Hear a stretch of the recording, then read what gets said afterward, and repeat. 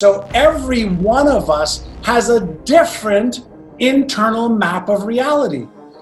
There's certain things that causes me to be afraid because of, and other things that cause you to be afraid of that don't make me afraid. So everything that's going on is happening at an unconscious or subconscious level.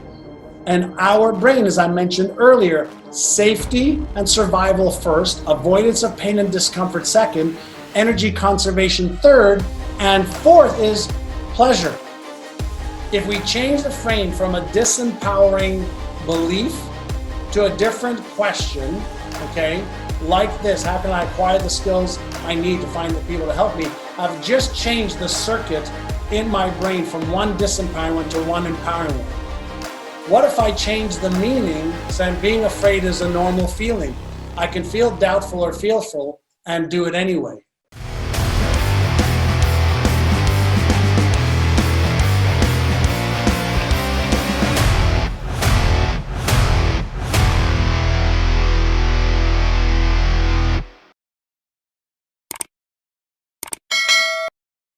I want you to be aware of something.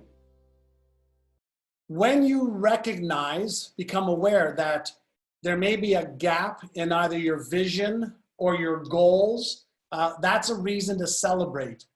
What we're looking to do is gain clarity on what may be holding us back. And if we don't have a clear vision, it's hard to really move towards that. If we don't have the right goals, then it's really hard to be organized. And part of what our brain requires is all of the pieces to be clear. In the absence of clarity, we have chaos. When we have chaos, we have dissonance. When we have dissonance, we trigger the stress and anxiety, doubt, worry centers of the brain, and that puts the brakes and we procrastinate. Does that make sense from a mechanical perspective of what's going on and what may be happening? What we want to do is just create the coherence so that it's easier to achieve your goals. And as many of you know, my goal is to make it so that you can achieve your goals faster and easier than ever before by getting this coherence going on, which leads into this. I mentioned before, everything we've done so far is to activate your motivational circuit, right? To get clear, to share, to meet people, give high fives, and that's great. And we have to activate that motivational center of our brain on a regular basis. And part of what I'll be teaching you as well is what should your daily ritual be, to activate the motivational circuits and deactivate the fear and stress circuits and uncertainty circuits. And we now know the neuromechanics of this in our own brains. And this also happens in your prospect's brain. So your job in marketing and sales is to learn how to deactivate their Frankenstein brain, their doubt, their fears, their anxiety, their stress, and activate their Einstein brain, seeing themselves using your product or service so that they have, what they want. And so as much as I'm sharing this with you, you have to understand this is what's happening in prospect's brain. And if you inadvertently keep activating their Frankenstein brain or reinforce their Frankenstein brain around their own fears, doubts, and uncertainties, their lack of trust or rapport with you, then you're never going to get them to take action. They need to have a clear flow around your product and your service, and you have to have a flow around your product and service as well. So the inner game, and I am being very, very generous with even saying that the outer game is 20%. The real numbers, the outer game is about 3% and the inner game is like 97%. And so when we're talking about your inner game, we're talking about your subconscious mind. And just out of curiosity, how many of you are familiar with the conscious and the subconscious mind? I mean, you've heard those discussions, right? If I was to hang my hat on anything that I've learned over the last 40 years of being in business, I got into business when I was 19, being a real estate agent. Then I built, as you know, some companies. If I was to hang my hat on anything, it would be around retraining the subconscious mind. And I want to ask you a question just to lay out the foundation for this. And the question is this: were you born with a self-image or self-esteem or self-worth about yourself? Were you born with any fears? Were you born with any beliefs or habits? Were you born with any stories and excuses? Were you born with any emotions or a mindset about anything? No. There were no neural networks, okay, in your brain around all of this. You came equipped to create patterns, right? If you go into the deeper level of the brain and you think about 100 billion brain cells, like marbles, each brain cell is a marble, and marbles connect with each other. Beliefs are connections in the brain. Habits are clusters of connections in the brain. Your fears are triggered, okay, in your subconscious mind based on the association, the meaning that you've developed around things, all working in billions of seconds. The reason you have stories and excuses in a lot of cases as a protection mechanism.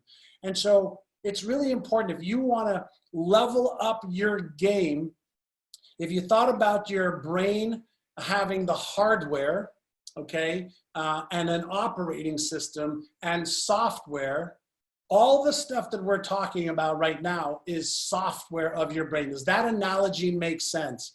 Your brain's the hardware, right? All of the mechanisms by how your brain works is the operating system. And you have a conscious and subconscious mind. You've got executive network, default mode network, salience network, and then you've got all these circuits that turn on or off based on the conditioning or programming or software.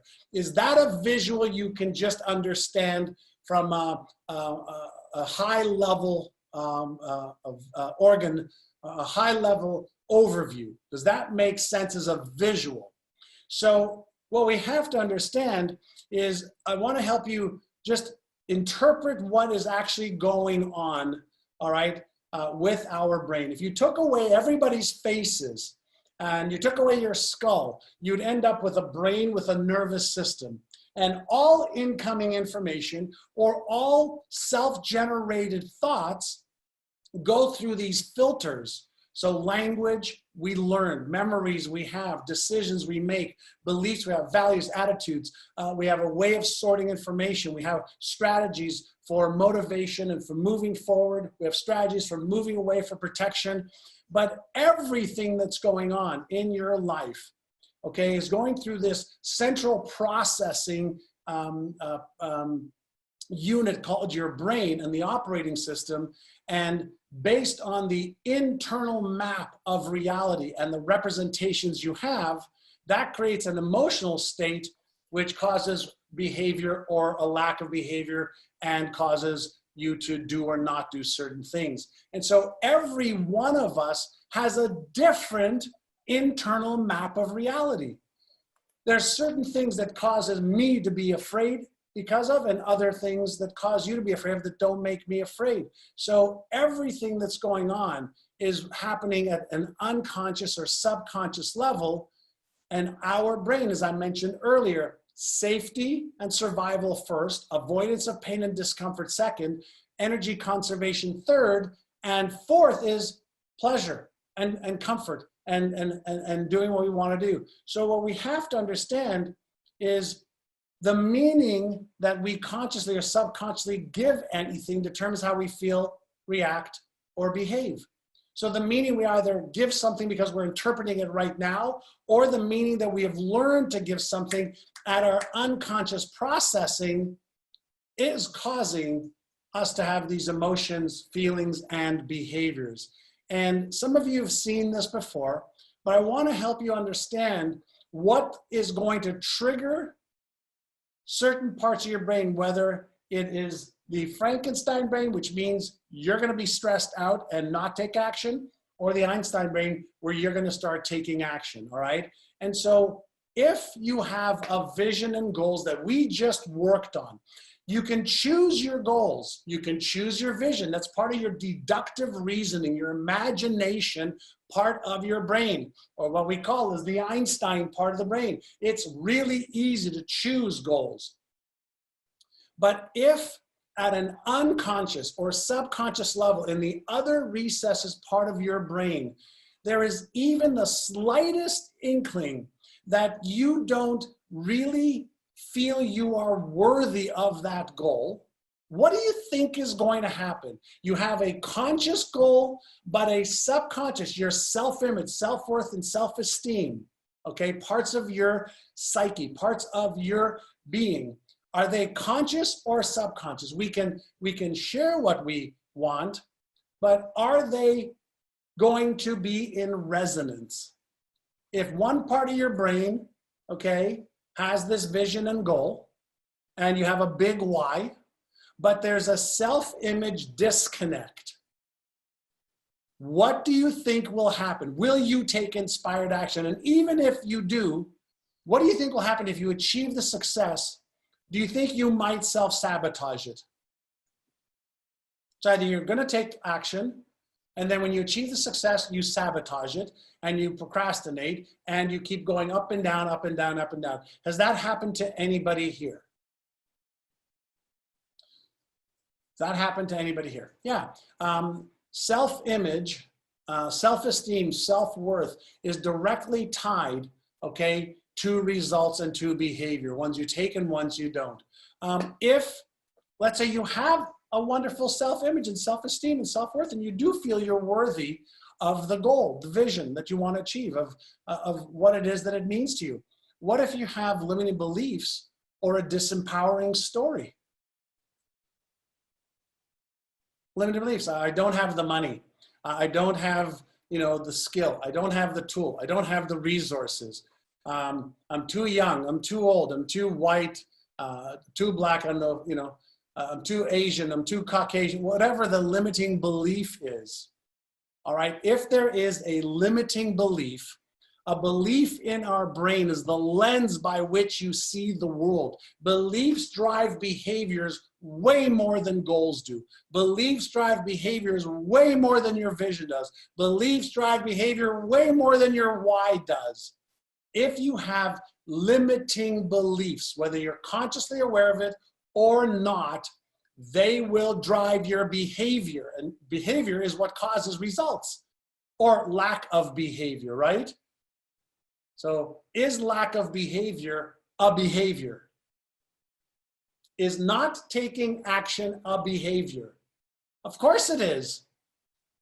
Of course it is. If I don't take action, my behavior is not taking action. So if we have limiting beliefs or we have a disempowering story, I've tried that before. My mother, my husband, my brother, my sister, my neighbor, my teacher tried it and they failed. And so it's probably not really that easy to do it. Whatever the story is at the unconscious level, it overrides conscious goals, vision, and why.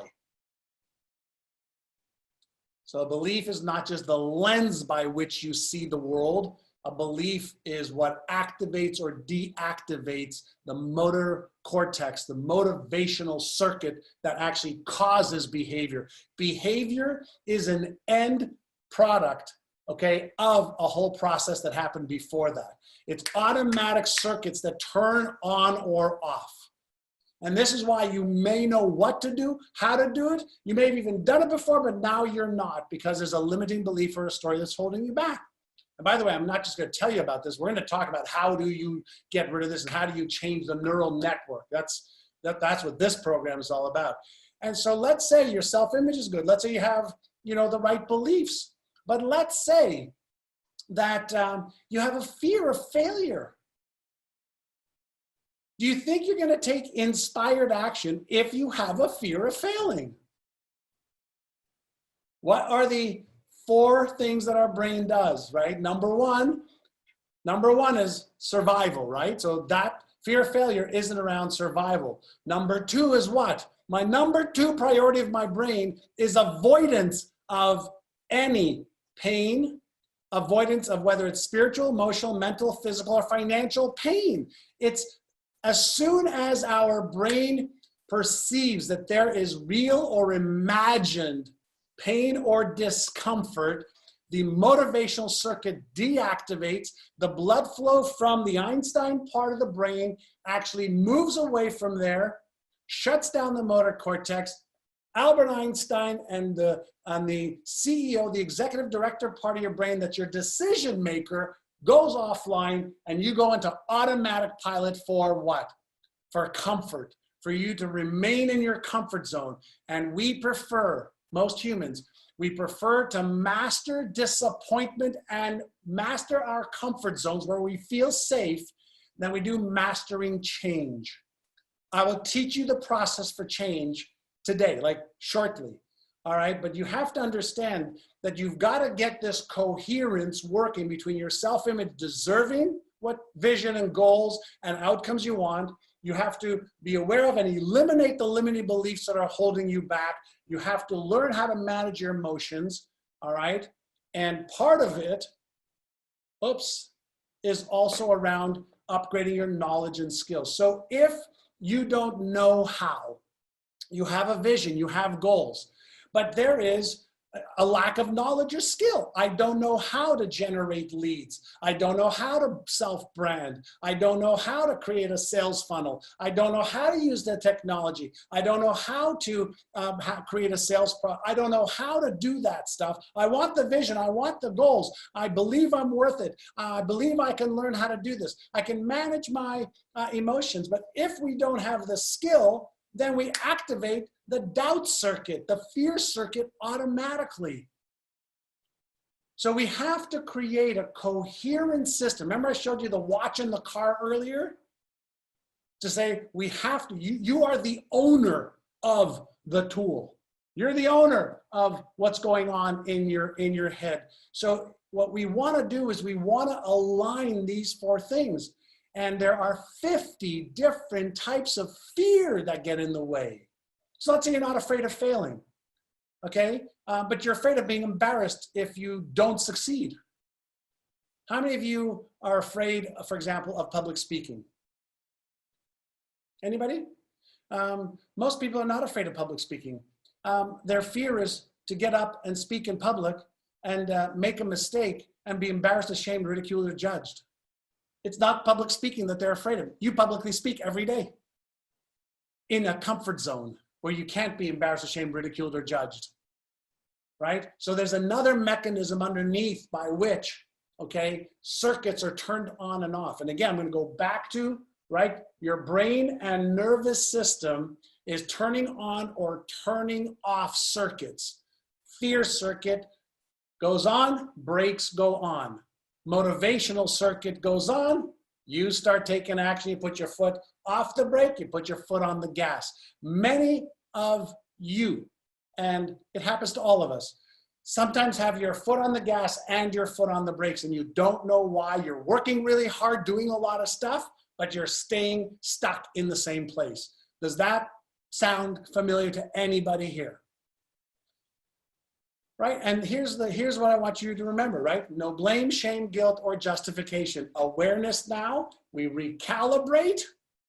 Awareness, recalibrate, create a new strategy, and then we start to align everything. So when your conscious mind, the part of your brain that chooses what you want, the part of your brain that creates plans, the part of your brain that makes promises, when there is a misalignment with the conditioning around one of these four things, you will sabotage your success, you will procrastinate, you won't take action, even though you have a big reason why you must. And Kathleen, you are correct. That is because our brain is looking at conservation of energy, right? So before we seek the pleasure that we want, the success that we want, if these things are out of alignment, then we don't achieve what we want to achieve. And we can actually see the circuits in the brain now the fear circuit and stress circuit activate blood flow moving away from that left prefrontal cortex, blood flow going to the right prefrontal cortex, shutting down motor cortex circuits, shutting down motivational circuits, and us being unmotivated. And so the key for us, all right, is to stop what's going on over here, which I mentioned earlier, right? Fleeing, going to do something else, freezing and wasting time, fighting yourself, trying to power through this. This is like fighting an 800-pound gorilla. You're not going to win. But if you can calm the gorilla down long enough to retrain the gorilla, then you're going to create coherence. And so if you want to know if there's any subconscious interference, let me know how many of these may relate to you. You procrastinate and waste time. You consistently start to stop taking inspired action. Self-doubt and lacking confidence in yourself seems to happen more frequently. You sabotage your success even when you make progress. You have the knowledge and skills, yet you feel paralyzed and don't act, or you achieve the same results over and over again. Does this make any sense? Is this you? Is this you? Right? By the way, this is not, like I said, this is to make you aware. This is an effect. This is an effect of not having neural coherence between conscious and subconscious mind, and the knowledge and skills, the beliefs, the self-image, and the emotions, specifically the one of fear. So what is our job? Our job is to help you create coherence, right? And give you the strategies, tactics of what to do to grow your business. And so we now know this better than ever in the history of our species, okay? So what I want you to do, all right, is what is in your way right now? We've got a little bit of a workshop. Courtney, how much time do we have for this? All right, so what's in your way? Okay, what's in your way? Is it self-image? Is it limiting beliefs? Is it any specific type of fear? Okay, so I want you to just take 2 minutes and I want you to just type in the chat what is really in your way. Are there fears, fear of success, fear of failure, fear of being embarrassed, ashamed, ridiculed, judged, fear of disappointing yourself or others? Okay, do you have limiting beliefs that are holding you back? Whether they're money related, age related, do you have a story that's in your way? Do you think there's a disconnect between the vision and goals you have and what you truly, feel you're worthy of, what you truly feel your self-esteem will allow you to achieve? So Helder is fear of success. So just remember, the meaning I give anything, or the meaning in my subconscious mind, okay, that is there, creates my feelings, right? So fear of success, story in my way.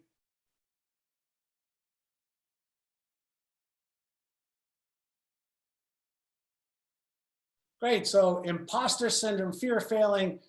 It's like I said, the names and faces change. The story stays the same. And unless we deal with, okay, what's actually happening that's causing you to achieve the results that you got, I want you to be aware of something.